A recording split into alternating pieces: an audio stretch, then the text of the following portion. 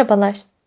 Bugün dekoratif bir ürün olarak ister kendi evinizde kullanabileceğiniz, isterseniz sevdiklerinize hediye edebileceğiniz bir yapım videosuyla sizlerleyim. Makrome ipleri kullanarak bir melek yapımını anlatacağım. Bunu yaparken kullandığım malzemelerse 8 adet 3 milimetrelik 60 santim uzunluğunda makrome ipi, 6 adet 5 milimetrelik 45 santim uzunluğunda makrome ipi, yaklaşık 70-75 santimlik simli ip, ahşap halka, tarak, toplu iğne ve makas. Şimdi yapımına başlayalım. Başlangıç olarak kesmiş olduğum 6 tane 5 milimetrelik ipi ahşap halkamın içinden geçiriyorum.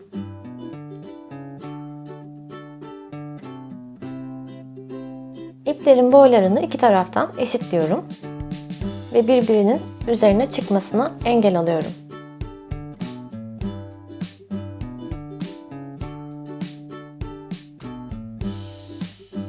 Daha sonra hazırlamış olduğum simli ipi iplerin etrafından sıkıca dolayarak bir düğüm atıyorum. Bu düğümü atarken dikkat etmeniz gereken en önemli nokta ipin oldukça sıkı olması ve aralarında boşluk kalmaması.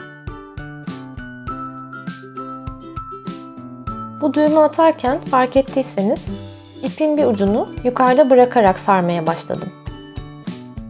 Altında oluşturmuş olduğum halkanın içinden ipin son kalan kısmını geçirerek yukarıya doğru çektiğimde düğümüm sardığım kısmın içinde kalacak.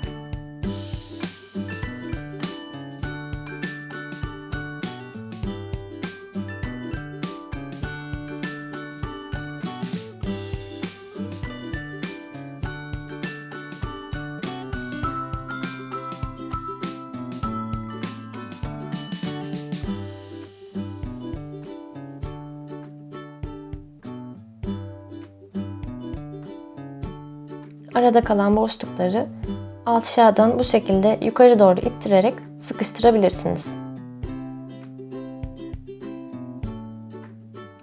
İp oldukça kısaldığı için artık aşağıda kalan halkanın içinden geçirerek yukarıda bırakmış olduğum uçtan yukarı doğru çekiyorum. Ve böylece aşağıdaki düğüm sarmış olduğum kısmın içinde kalıyor.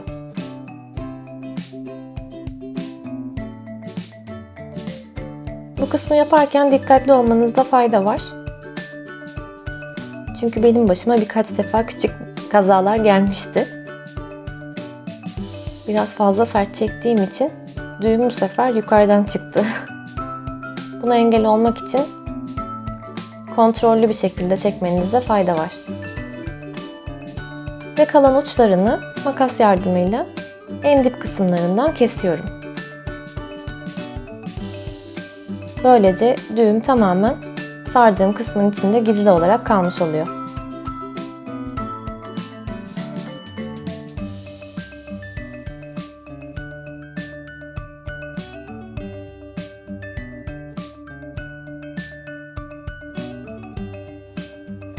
Bu şekilde meleğin gövde kısmını oluşturmuş oluyoruz.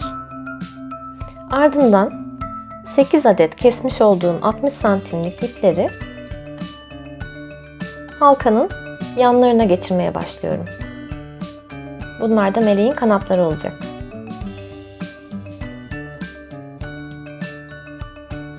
Öncelikle bir tane ipi sağ tarafa, diğer bir ipimi de sol tarafına geçiriyorum.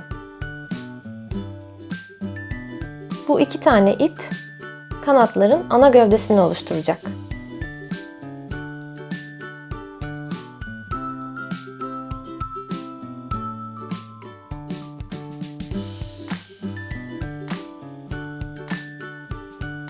Bu başlangıç düğümlerini tekrar hatırlamak isteyeniniz olursa temel düğüm teknikleri videosunu tekrar izleyebilirsiniz.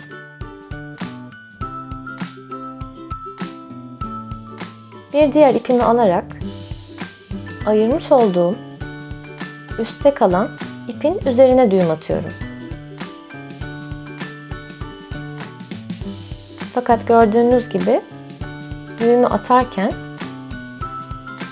ipi üstünden değil, altından geçirerek attım.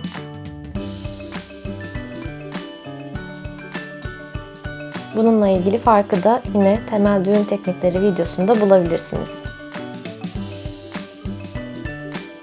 Bir diğer ipimi geçirdim.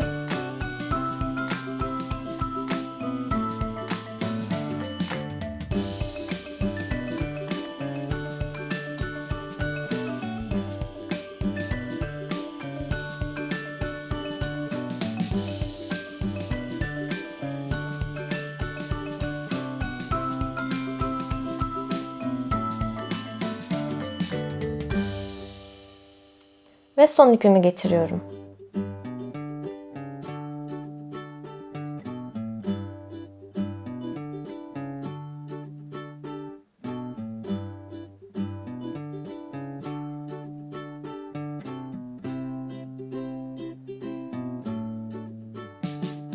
Halkaya ilk olarak geçirmiş olduğum ipin bir tanesinin üzerine 3 adet 60 santimlik ipimi geçirdim.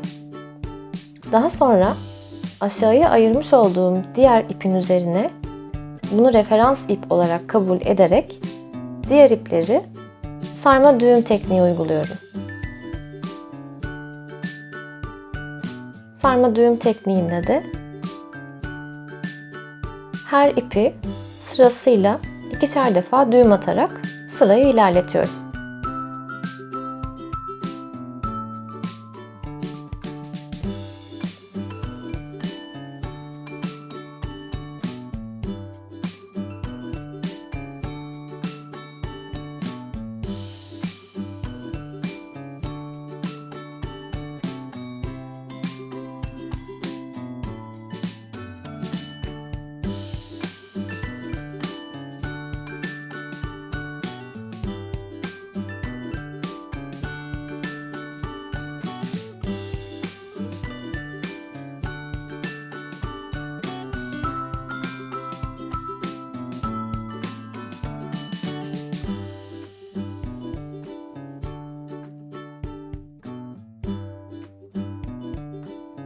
Aynı düğümü 2 sıra daha ilerletip ilk kanadı bitirmiş oluyorum.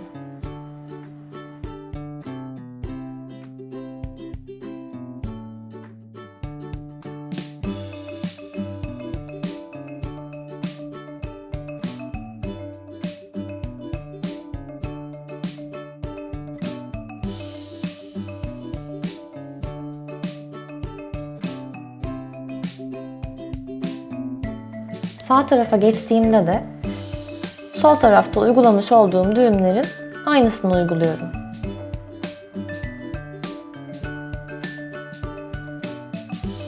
Burada da yine dışarıda kalan 3 tane ipi geçirdikten sonra aşağı ayırmış olduğum referans ipe sarma düğüm tekniğini uygulayarak toplamda 3 sıra sarma düğüm atarak diğer kanadı da bitireceğim.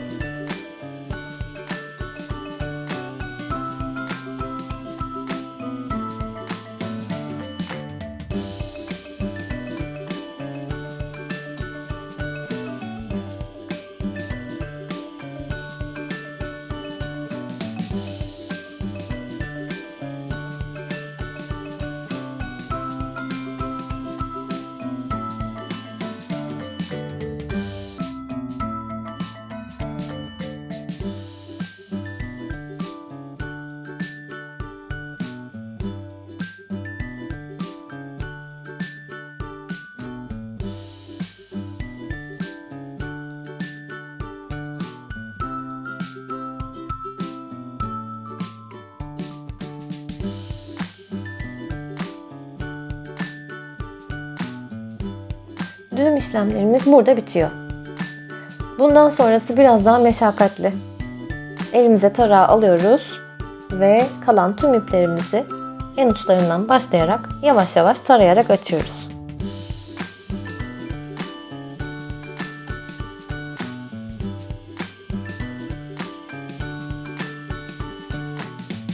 Taramak işlemi bittikten sonra makasla kanatları keseceğim yerlerden önce işaretliyorum. Ve sonrasında işaretlemiş olduğum yerlerden dikkatlice kesiyorum.